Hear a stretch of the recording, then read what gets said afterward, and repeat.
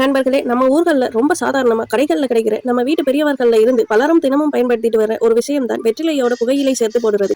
ஆனா இப்ப வெளியாகி இருக்கிற ஒரு செய்தி ஒட்டுமொத்த மக்களையும் அதிர்ச்சியில ஆழ்த்தி இருக்கு. இலங்கையில வாய் புற்றுநோய் ஏற்படுவதற்கு மிக முக்கிய காரணியா இந்த வெற்றிலையுடன் புகையிலை சேர்த்து பயன்படுத்துற பழக்கம் இருக்குன்னு சுகாதாரத்துறையினர் கண்டறிஞ்சிருக்காங்க. இதனால இலங்கையில வெற்றிலையோடு புகையிலை சேர்த்து விற்பனை செய்யறதை முழுமையாக தடை செய்ய போறதா செய்திகள் வெளியாகி இருக்கு.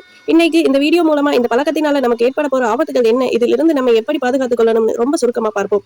நண்பர்களே, வெற்றிலை போடுவது நம்முடைய பாரம்பரியமான ஒரு பழக்கம் தான். ஆனா அந்த வெற்றிலையோடு சுண்ணாம்பு மற்றும் புகையிலை சேரும்போதுதான் அது கொடிய ஒரு விஷமாக மாறுது. புகையிலையில இருக்கிற கார்டினோஜென்ஸ் அப்படின்னு சொல்லப்படக்கூடிய வேதிப்பொருட்கள் வாயில் இருக்கிற மென்மையான திசுக்களை தொடர்ந்து சேதப்படுத்துது. ஆரம்பத்துல வாயில் வெள்ளை அல்லது சிவப்பு நிற திட்டுக்கள் தோன்றும். வாய் முழுமையாக திறக்க முடியாமல் போகும். நாளடைவில் இது கொடிய வாய் புற்றுநோயாக மாறுது. கண்காணிப்பு அறிக்கைகளின்படி இலங்கையில கண்டறியப்படக்கூடிய புற்றுநோய்கள்ல பெரும்பாலானவை இந்த வாய் புற்றுநோய் தான். அதிலும் வெற்றிலையுடன் புகையிலை போடுபவர்களே இதில் அதிகமாக பாதிக்கப்படுகிறார்கள் என்பது கசப்பான உண்மை. அரசாங்கம் சட்ட ரீதியாக தடை கொண்டு வருவது ஒரு புறம் இருக்கட்டும், ஆனா நம்முடைய ஆரோக்கியம் நம்ம கையில தான் இருக்கு. உங்களுக்கு வெற்றிலை போடும் பழக்கம் இருந்தால் தயவு செய்து புகையிலை மற்றும் அதிகப்படியான சுண்ணாம்பு பயன்படுத்துவதை இன்றோடு நிறுத்துங்கள். உங்கள் வாயில் ஆறாத புண்கள், நிறமாற்றங்கள் அல்லது எரிச்சல் இருந்தால் உடனடியாக மருத்துவரை அணுகி பரிசோதனை செய்து கொள்ளுங்கள். ஆரம்பத்திலேயே கண்டறிந்தால் இதை முழுமையாக குணப்படுத்த முடியும். உங்க வீட்டுல இருக்கிற பெரியவங்க கிட்ட அன்பா எடுத்து சொல்லுங்க. உங்க உடம்பு எங்களுக்கு ரொம்ப முக்கியம்னு புரிய வைங்க.